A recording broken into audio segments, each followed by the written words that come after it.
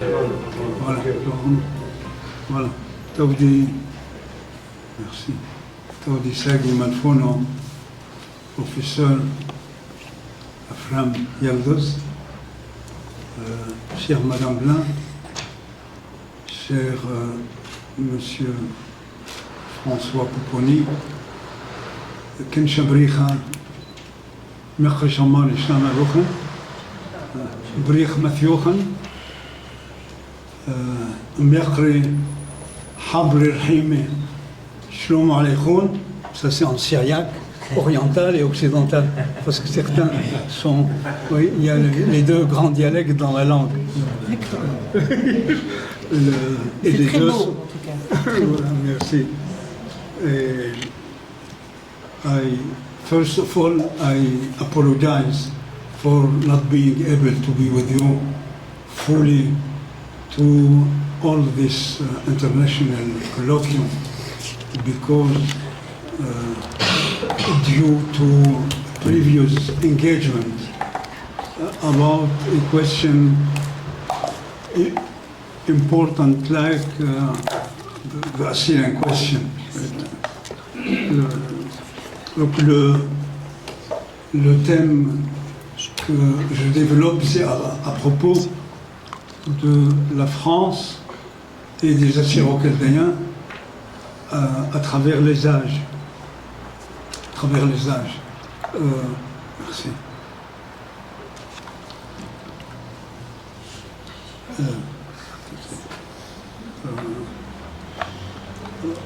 أطراي سورياي تشقيطة أطراي سورياي كوبرانسا من مدخت زودة من تري البيشني زودة من تري البيشني. Je dis que le titre de la conférence c'est les Assyro-Chaldéens à travers les siècles, à travers l'histoire, pour montrer que ces Assyro-Chaldéens ne sont pas de nouveau venus comme la tradition le dit, c'est-à-dire à partir de 1980, mais qui sont dans ce pays depuis plus de 2000 ans. Depuis plus de 2000 ans. Alors pour saisir la signification profonde de ce qui vient de se passer comme moment historique au Sénat et à l'Assemblée nationale, dont parlait Madame la députée, Madame Blin, il faut remonter l'histoire. Et l'histoire très lointaine. Je commencerai par le centenaire du génocide, c'est-à-dire 1918, ce qui s'est passé, y compris ici, dans cette honorable maison française, l'Assemblée nationale. Et puis, je remonterai l'histoire. On ira faire un voyage auprès de Voltaire, de l'encyclopédie de Diderot, des exemples parmi tant d'autres, et de bien d'autres moments jusqu'au 5e siècle de l'ère chrétienne, quand la France s'appelait la Gaule, c'était les trois Gaules, où un des premiers évêques en France, qui s'appelle Jacques d'Assyrie, était l'évêque du diocèse de la Tarentaise, en Savoie, le pays de notre Premier ministre, et Moutier était la cathédrale de ce diocèse. Vous entrez, je le dis déjà tout de suite, vous entrez à Moutier, vous entrez dans la cathédrale aujourd'hui, vous entrez, vous traversez la nef, vous allez vers le sanctuaire, et que voyez-vous? À la droite du proto-créateur, à la droite du Christ, vous voyez un nom écrit en latin, On est au 5e siècle. Il s'appelle Jacobus Assyriensis. Jacobus, c'est Jacob, c'est pas moi. C'est donc Jacob l'Assyrien. On avait fait cette découverte avec mon épouse Claire, et depuis, on n'a pas lâché le sujet. Et depuis une dizaine d'années, on lui a consacré un ouvrage avec d'autres, avec un autre dont je parlerai tout à l'heure en détail, 2 chrétiens d'Orient en Gaule, Jacques d'Assyrie et Abraham d'Euphrate. Abraham d'Euphrate en Auvergne et Jacques d'Assyrie en Savoie. Donc, tout ça pour vous dire que le lien entre le terme d'assyro-chaldéen, évidemment, on ne l'utilisait pas. Le terme assyrien était bel et bien utilisé, puisqu'il s'appelle Jacobus Assyriensis. Ça s'appelle comme ça. On est au 5e siècle, on est 1000 ans après la chute de Ninive. 1000 ans. Donc le terme, contrairement à ce que certains disent, n'avait pas disparu. Beaucoup disent que le terme avait disparu parce que les Assyriens étaient des païens avec le christianisme, et le christianisme aurait effacé l'identité nationale. Or non. Le cas, en tout cas, il ne se présente pas comme tel. Le terme est gardé comme tel. Donc on va commencer dès le départ à partir de 1918. Et qui nous permet, ce qui s'est passé en 1918 en France, nous permet de faire un lien indissoluble, conscient ou inconscient, entre votre travail de reconnaissance en 2022-23 et à cette date. Qu'est-ce qui s'est passé en 1918 en France? Il y a eu des députés qui ont parlé, qui ont évoqué, qui ont dénoncé les massacres des Assyro-Chaldéens. Ils utilisaient le terme assyrien, le terme chaldéen, le terme syriaque, peu importe. Ne nous fixons pas trop sur le mot. Moi, je suis assyro-chaldéen, je suis fier d'être assyrien, je suis fier d'être araméen, et je suis fier d'être syriaque. Donc, fermons le chapitre. Alors, le problème n'est pas là. Mais tous ces termes étaient utilisés. Denis Cochin, un député français, qui siégeait dans cette maison, qui a siégé comme député à plusieurs reprises, et qui a été ministre à certains moments. Je peux vous donner des détails sur leur biographie. Vous avez un autre qui s'appelle Paul Cojol. Paul Cojol, c'est le responsable de l'ambulance française en Perse, qui a été témoin des événements, notamment de Monseigneur Zondac, dont on parlait tout à l'heure, Madame Blin, c'est une ambulance que la France avait envoyée. C'est l'humanitaire avant la lettre. C'est l'humanitaire avant la lettre. Pour secourir les populations de la région de Perse. Il était à Urmia essentiellement, mais il ne faisait pas de distinction entre chrétiens et musulmans. Il n'y avait pas de distinction. Il était là pour secourir. Et il a connu, Paul Cojol a connu Monseigneur Zontac, et il parle de lui, il fait son éloge dans ses travaux. Or, Paul Cojol, quand il est rentré en France, il est devenu député. Et ici, dans cette assemblée.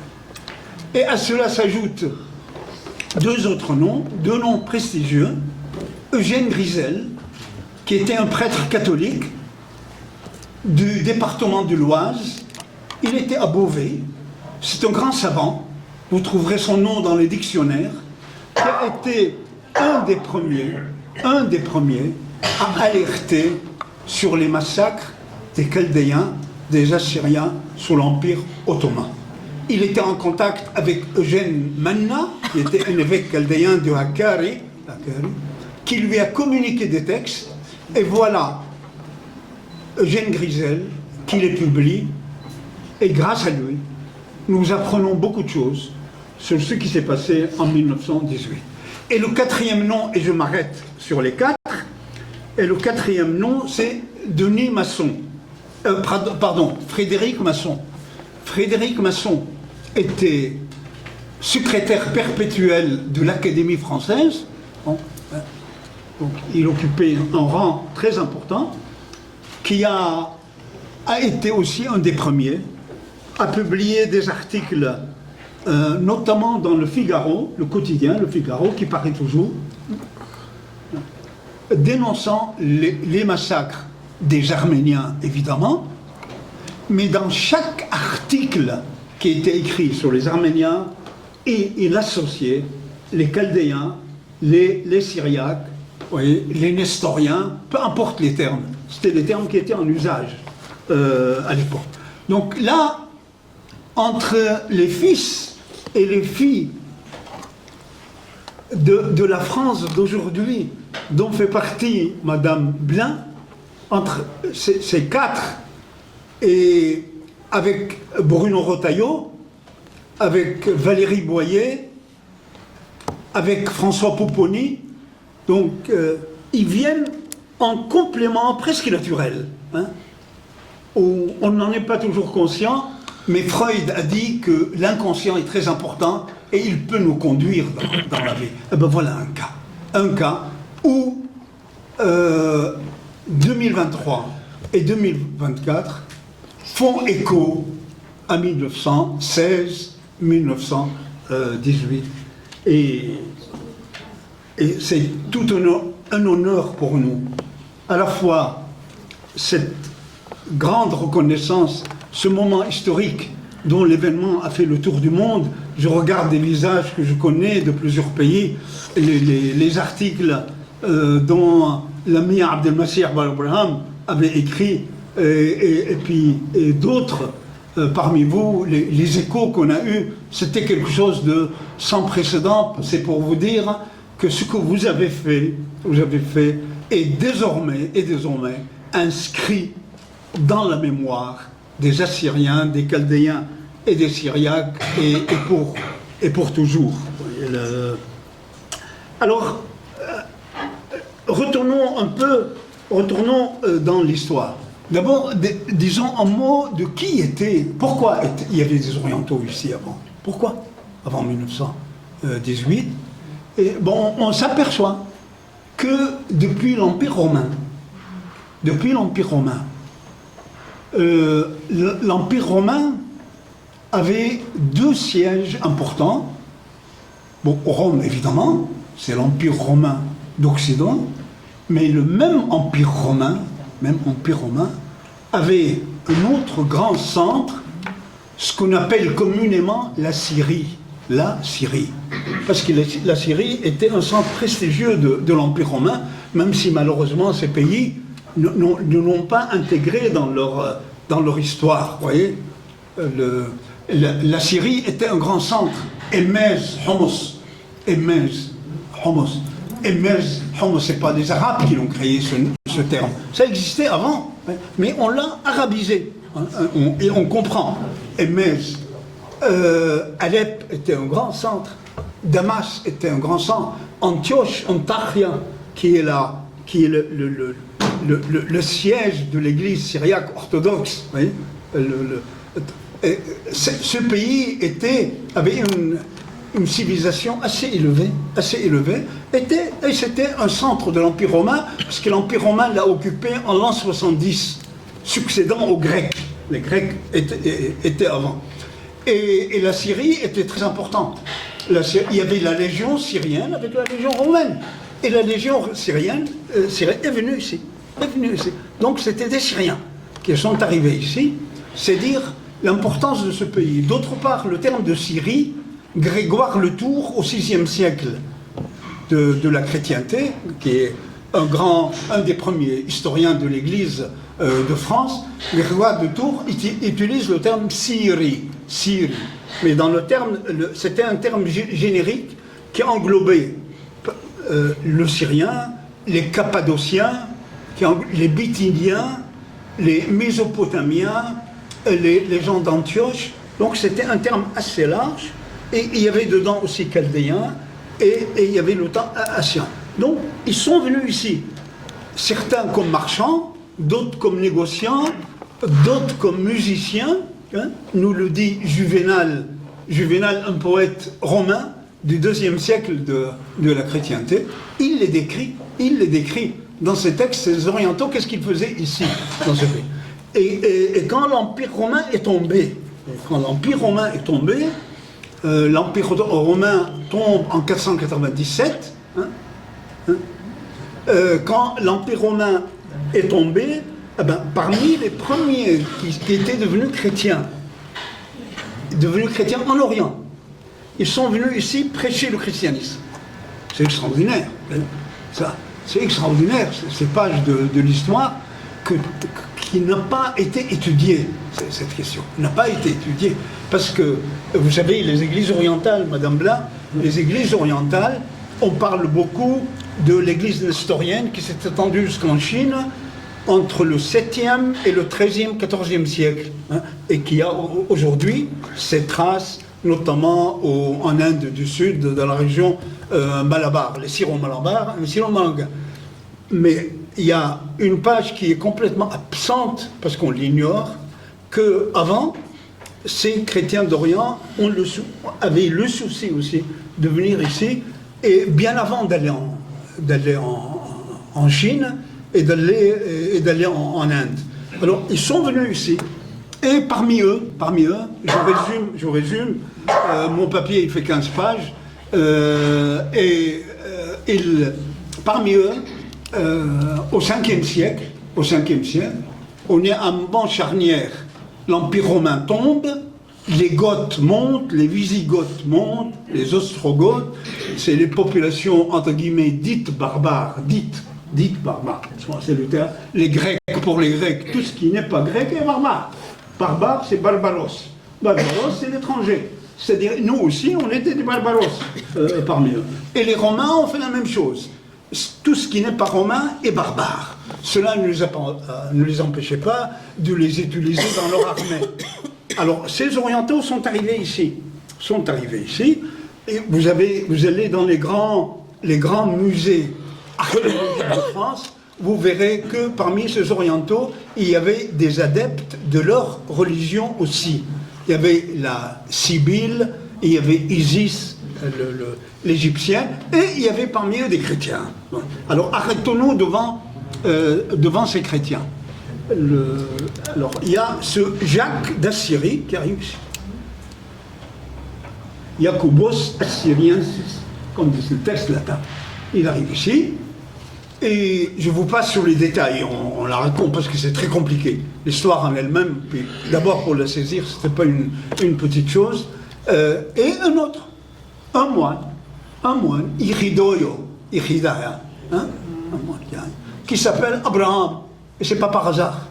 Le terme d'Abraham, le père d'Abraham est sorti d'Our en Chaldée, nous dit la Bible. Donc il vient de cette terre. Hein. Abraham, il vient et son chemin le conduit à Clermont, en Auvergne. Allez, je dis Clermont, je ne dis pas Clermont-Ferrand, parce que Clermont-Ferrand n'existait pas à l'époque. Il y avait Clermont et il y avait Ferrand. Donc, hein, et ils fondent un monastère. Abraham de Frappe. Et son nom est gardé comme tel. Abraham de Frappe. Il fonde un monastère et il prêche le christianisme. Il y avait aussi des juifs dans la ville, parce que les juifs, après la destruction du temple sous Titus, le romain, les premiers juifs arrivent ici. Donc l'arrivée des juifs ici aussi, c'est des indigènes. Comme les chrétiens, ils arrivent pendant ces premiers siècles. La seule différence, les juifs ont étudié leur identité. Bon, nous, les nôtres, si je puis dire, bon, ils se sont noyés dans la collectivité. On ne sait pas ce qui s'est passé, mais tout à fait, l'histoire ne dit jamais son dernier mot. Alors, ils fondent ce monastère et des Auvergnats s'agrègent autour de lui, autour de ce monastère.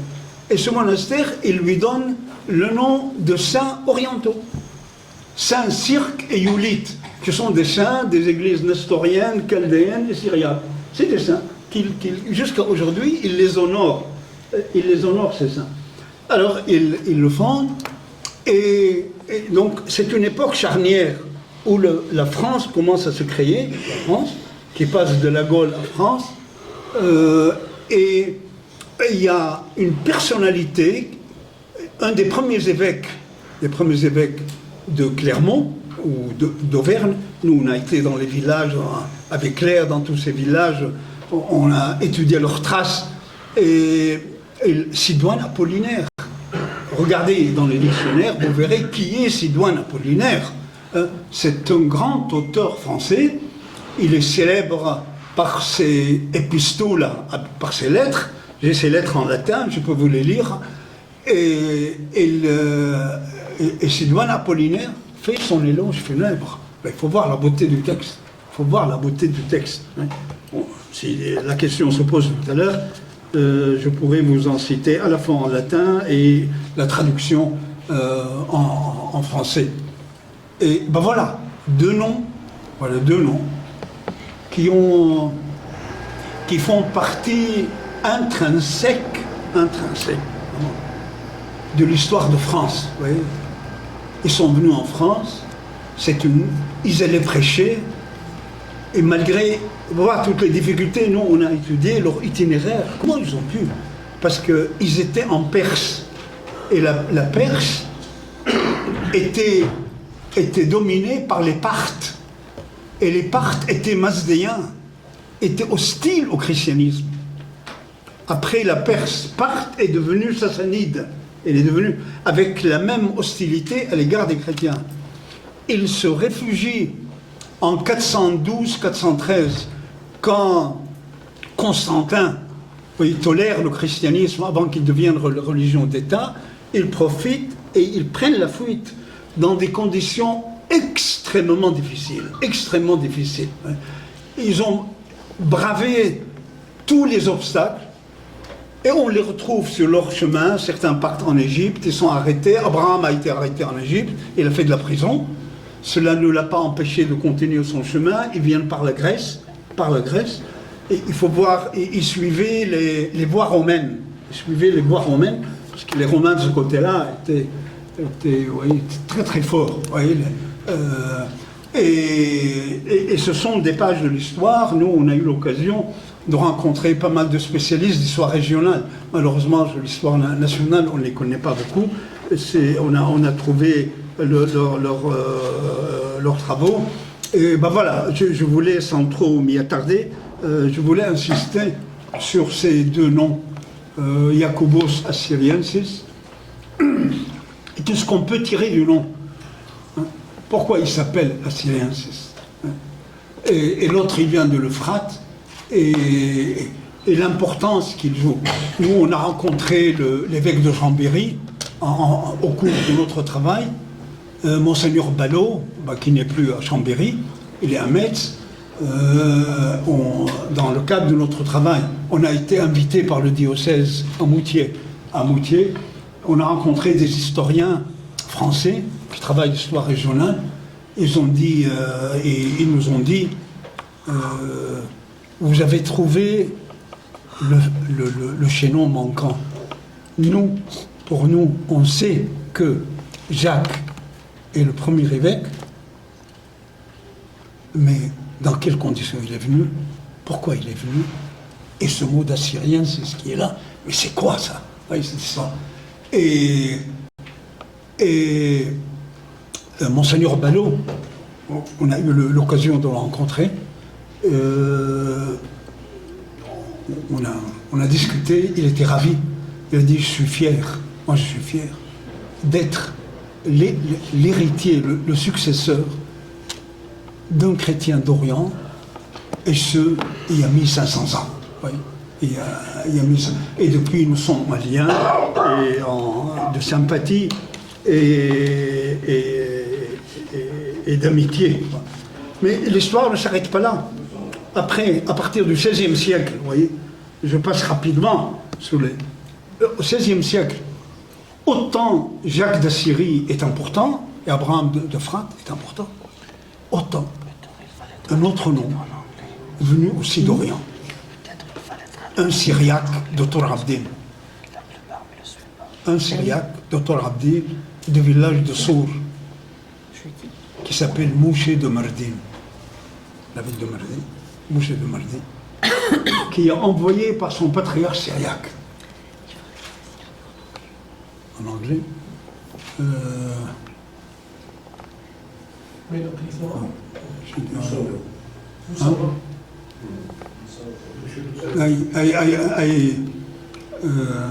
I would like, excuse me for speaking with energy only in France.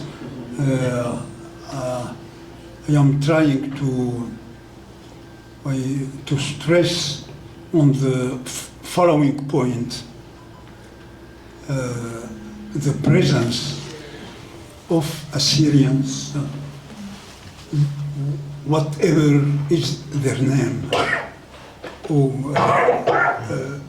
their presence in France, dates back to the 5th century. Two monks came from Mesopotamia. Their name is Jacob. It's not mine. Assyrians is his true name. It's his true name. If you have the opportunity to visit Moutier, a city in France, in Savoie, the region. The name of the region is Savoie. You visit the church, you will see, as we discovered in the past, the name of this monk, and the other is Abraham, from Euphrates, who came in the same century, came to a region, of another region, is Auvergne. I will be there with Claire in coming December for speaking about our book on. He arrived there and he founded a monastery. And he was very important. One the sign of his importance is when he died, the speech made was by a very important French writer who was the bishop of Auvergne, Sidoine Apollinaire. Apollinaire. Excuse me, I will continue in French, but I will try to translate again. Just two words to continue in English. In the 16th century, we have another important event occurred.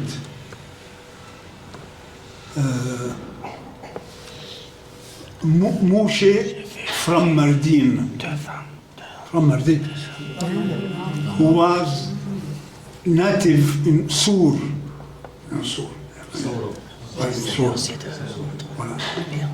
Was sent by his patriarch to Europe,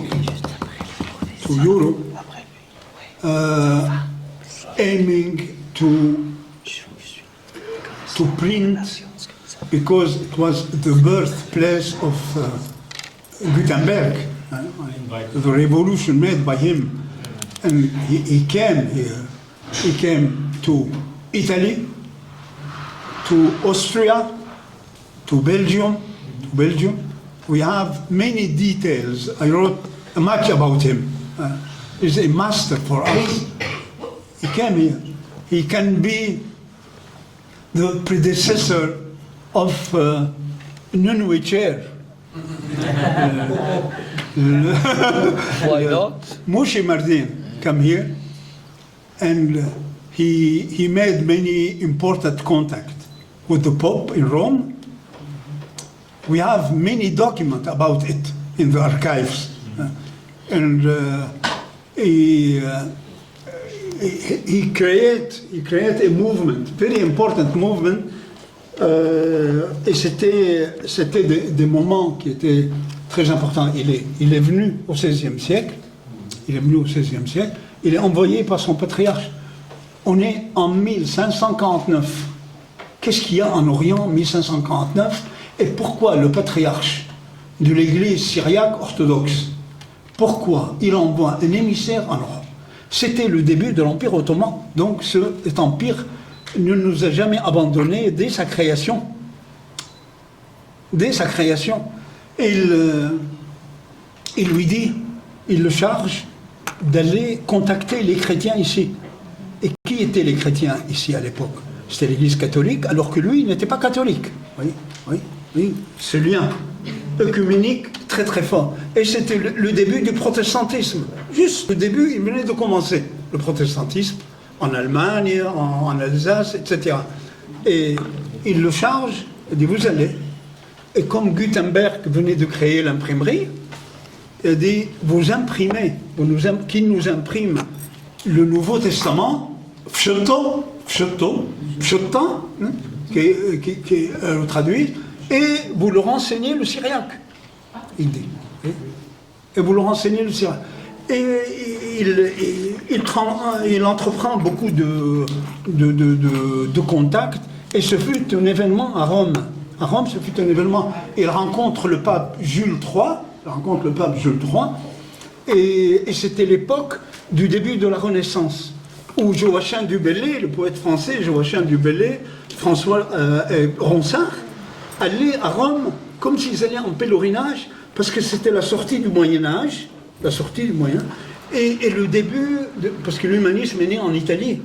Et Rabelais a été aussi, il était médecin, il va à Rome, et lui, il se trouve à Rome à ce moment-là, et il établit beaucoup de contacts. Et ce sujet mérite en lui-même, et là je me permets de m'adresser aux doctorants ou aux professeurs parmi vous, à vos élèves, ça mérite des thèses de doctorat.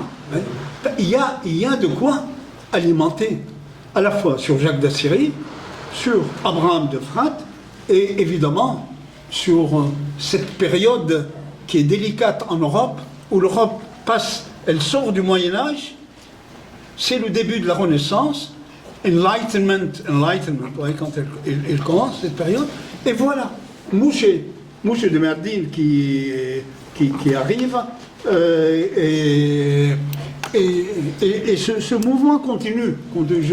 J'en citerai quelques-uns qui sont quand même assez importants, surtout ici en France, c'est l'encyclopédie de Diderot. On est au XVIIIe siècle. Encyclopedia made by Diderot. It was one of the first encyclopedia made in Europe after United Kingdom. Et dans l'encyclopédie, Diderot, on le présente toujours. Diderot, on dit non, Diderot n'était pas très clérical. Or, c'est étonnant ce que Diderot dit de la langue syriaque. C'est étonnant. Et il est prémoniteur dans ce domaine. Oui. Et Diderot écrit, il paraît constant qu'une partie des livres du Nouveau Testament ont été écrits en syriaque. Diderot qui dit ça. Et ce qui doit rendre l'étude de cette langue recommandable aux chrétiens. Il est exégète avant l'heure. Avant, l'exégèse est née au XIXe siècle, surtout. Et il dit, pour vous voulez comprendre la Bible, il faut étudier le syriaque. Et puis l'autre aspect aussi, comme ces églises d'Orient se sont étendues jusqu'en Chine, en Inde et en Chine, et voilà notre Diderot. Et là, on est au XVIIIe siècle. Et c'est quelqu'un qui est loin des religions. C'est quelqu'un qui est loin des religions. il dit le syriaque est aussi la langue savante des chrétiens de Saint Thomas dans les Indes. Voilà des sujets de recherche, je le dis en passant. Pour sa part, Voltaire, on présente toujours Voltaire comme quelqu'un qui était... Bon, il avait des problèmes à régler avec les jésuites. Hein. Il avait fait des études chez les jésuites. Bon, il réglait des problèmes à l'époque entre lui et l'Église catholique. Il n'était pas brillante dans tous les domaines, le moins qu'on puisse dire. Et voilà, Voltaire, j'ai cherché dans ces textes, je me suis dit, je vais voir qu'est-ce qu'il dit de ce... Alors, pour sa part, Voltaire, il s'intéresse à l'Orient et à ses religions. Hostile au dogme, il avait horreur des dogmes. Combattant les préjugés par ses travaux, il contribue à élargir le regard sur les civilisations et cultures non européennes, faisant l'éloge de la diversité, Mésopotamie, Syrie, Chine, Inde. Oui. Et il dit, regardez ce qu'il dit, dirigeant l'attention vers Constantinople, sous l'empire musulman turc, il dit, et ce pays est rempli de jacobites. Il dit, il est rempli de Jacobaï. Donc ces termes ne datent pas d'aujourd'hui, vous voyez tout ça. De nestoriens, des monothélites. Les monothélites, c'est les maronites aussi, on les accusait d'être une seule volonté, on disait monothélites. Il dit, voilà, rempli de jacobites, de nestoriens et de monothélites. Il y a aussi parmi eux, il dit, des coptes et des chrétiens de Saint-Jean, des juifs, etc., etc. Et à un moment donné, il formule des critiques à l'égard des Romains et des Grecs, Voltaire. Et il dit comment ils ont fait pour escamoter la civilisation des autres peuples. Voltaire. Alors il dit, parlant des Chaldéens, il cite les Chaldéens, il cite les Assyriens, il se montre critique à l'égard des Grecs qui ont nui à la réputation des Orientaux. Il écrit, je cite, il dit que les Chaldéens, un exemple parmi tant d'autres peuples, hein, ne nous arrêtez pas devant les mots aujourd'hui, s'il vous plaît, hein, parce que je n'entre pas dans ce débat.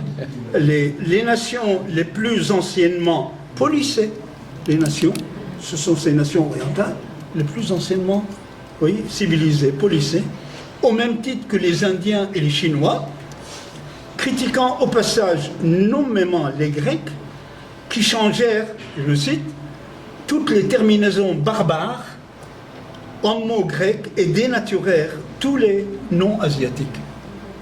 Ça c'est vrai, ça c'est vrai. Prenez tous les prénoms orientaux, araméens qui sont dans la langue française. Tous les prénoms français qui se terminent par EL, sauf Marcel qui est breton, celte, tous sont d'origine araméenne et hébraïque. Sont d'origine araméenne. Il c'est Dieu à la fin. Hein. Quand on dit Gabriel, Dieu l'a rendu victorieux, etc., etc., etc. Tous les noms, tous les noms. Et bien, il y a eu comme ça de la volonté selon, à juste raison, selon Voltaire, comme quoi il y a eu des tentatives d'élimination un peu des civilisations. Prenez Joseph. Et Joseph, c'est Yosef. En araméen, c'est Yosef.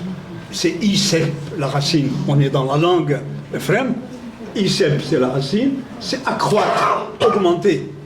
Le Christ dit, Maran, les élèves du Christ lui disent, Maran, ou siplan haymanuthan. أو سبلا لشان سوريايا لشان أقرب لشان il dit Maran, notre Seigneur. Maran, c'est de l'araméen pur. Mar, c'est le Seigneur. Maran, c'est notre Seigneur. C'est notre Seigneur. Et un évêque, on l'appelle Mor ou Mar. Il dit Maran accroît notre foi. Or, Yosef, il est venu ici, on l'a assimilé, on l'a grécisé, on l'a romanisé, il est devenu Joseph. Et il est retourné en Orient sous forme de Joseph. C'est la pire des aliénations qu'une civilisation puisse connaître. Hein? une civilisation, c'est dire à quel point cette histoire gréco-romaine, a été déterminante dans ses conséquences, y compris pour l'Orient. C'est-à-dire une civilisation qui part d'Orient et qui vient ici, on la rationalise à l'occidental,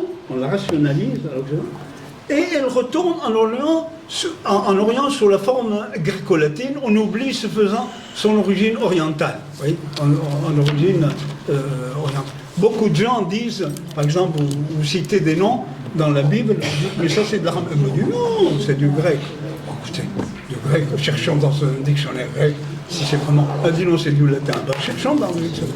Or, on cherche dans le dictionnaire oriental, on voit que le nom n'est pas. Donc, ça aussi, c'est des thèmes où ils sont complètement absents de la conscience des Assyro-Chaldéens. Complètement absents. Hein.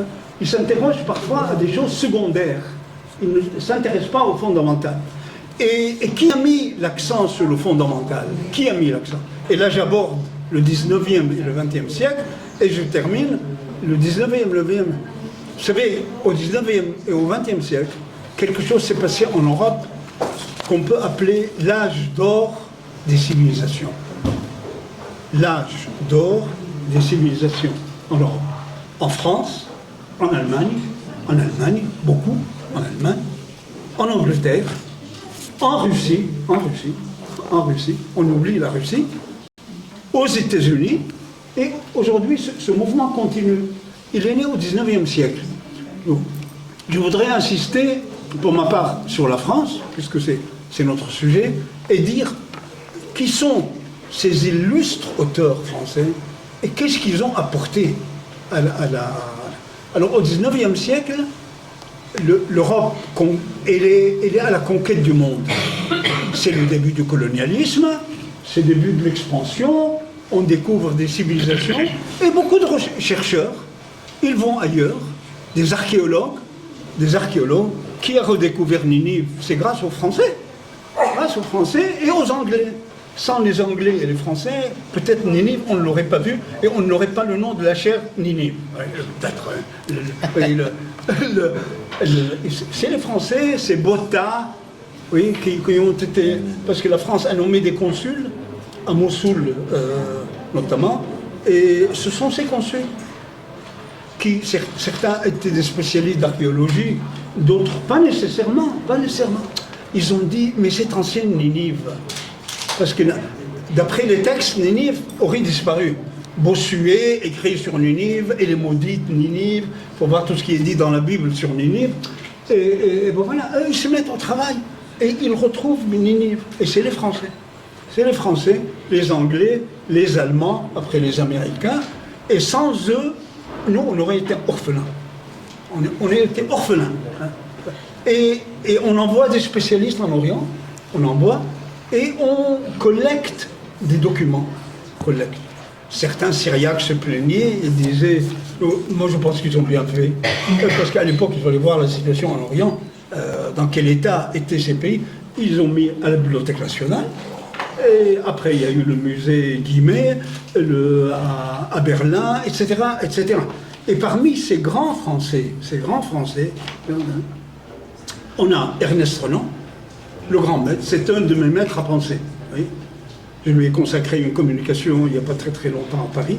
Il y avait un colloque de la Société d'études renaniennes, de la société, et je publie en 2025 un ouvrage dans lequel je lui consacre un très long chapitre. Je l'avais étudié au Liban déjà, et c'est lui qui a fait Qu'est-ce qu'une nation, le fameux discours Qu'est-ce qu'une nation. Mais lui, on oublie, c'est le grand spécialiste des études syriaques. Sans lui, les études syriaques ne seraient pas au niveau où elles sont aujourd'hui. Voyez, Ernest Renan, vous avez donc qui est titulaire de la chaire des langues chaldéennes, syriaques au Collège de France.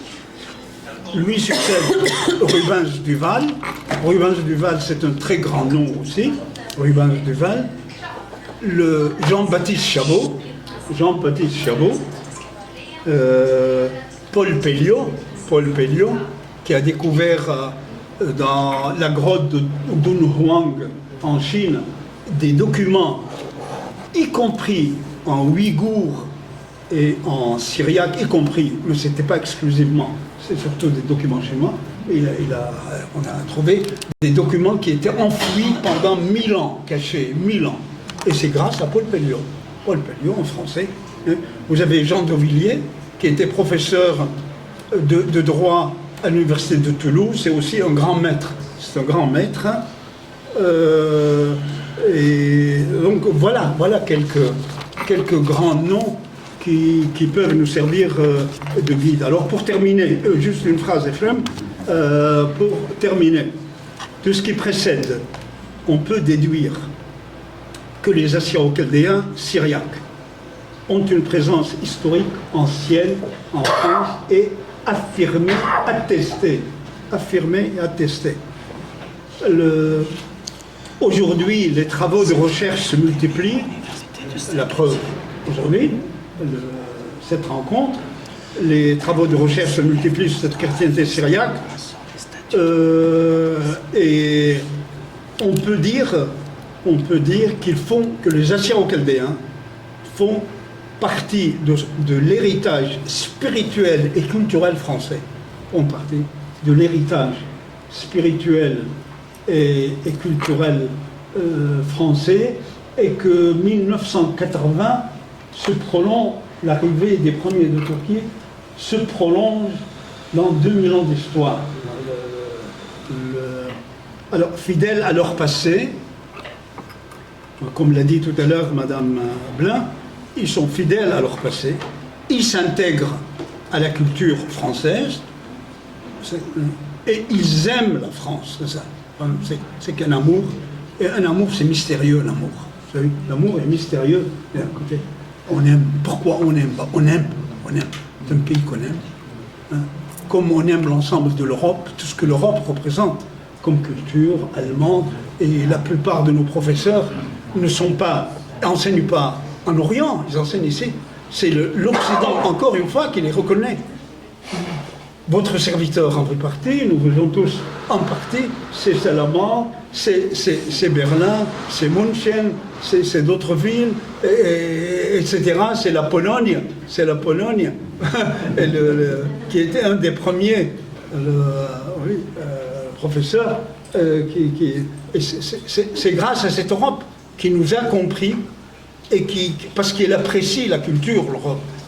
Et elle a vu dans ces hommes et des femmes à la fois une richesse pour le pays et une richesse pour eux. Et je terminerai par cette phrase de Léopold Sédar Senghor, l'ancien président du Sénégal, qui dit la civilisation, c'est donner et recevoir. Hein?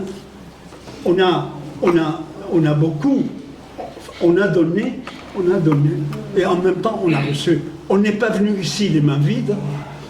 On avait les mains pleines, la preuve en est, et nous avons reçu, et ensuite nous avons fait la synthèse, et nous sommes, comme vous l'avez très bien dit, Madame Blin, un pont, ces chrétiens d'Orient sont un pont entre l'Orient et l'Occident, et merci de votre attention.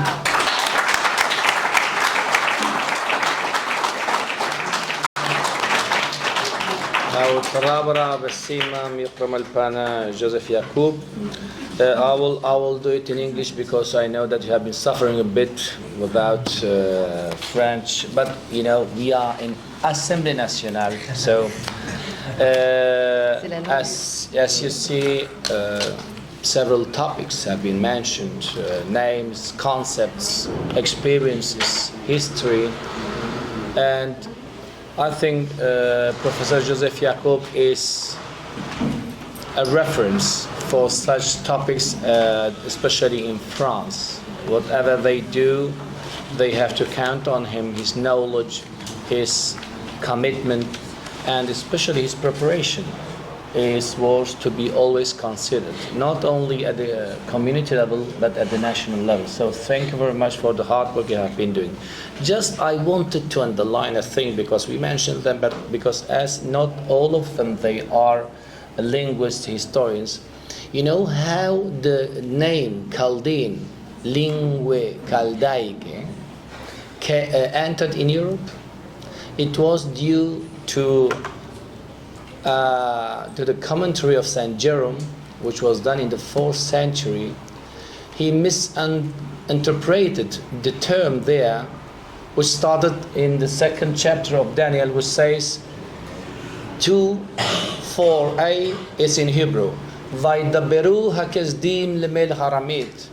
And then Shab will translate from the Imperial Aramaic when he says, ملك العلمين حيي إمار حلم العداي هم بشرنا حاوي أنا ملك وإمار لكزداي ملتا مني أزدا هن لا تطعناني حلمو بشري هدامين تتعبدون وباتيخون والي يتصمون. This is the Imperial Assyrian Aramaic or Imperial Aramaic of the Persian period, where the term is introduced by on behalf of some professionals, but he interpreted it as a people. And this entered the University of Bologna, Paris, Salamanca as well, and of course Oxford. Yeah, this is why when they say Syriac or Aramaic, then they call it Chaldean. This is just in order to tell you how it entered here. So we are thankful to you for this rich conference. And I'm deeply thankful to you. I know you have so many commitments and you have been taking notes, which is very good, that we will then make use of them later or earlier. Again, really, it's a golden occasion to show you also the richness of the knowledge we have among the Assyrian community. We are not only from Frei Berlin, from Poznan, but we are from Harvard, we are from William University, we are from Oxford, who have been giving their conferences, even from Ashur and so on. From Baghdad we have here, from Germany. So this is the richness that we want to share with France. And the simple fact that Professor Joseph Yacoub has summarized the experience between, East and West is a sign that we still are struggling and working for a common cause, which is coming closer to each other and learning from each other. Thank you very much again.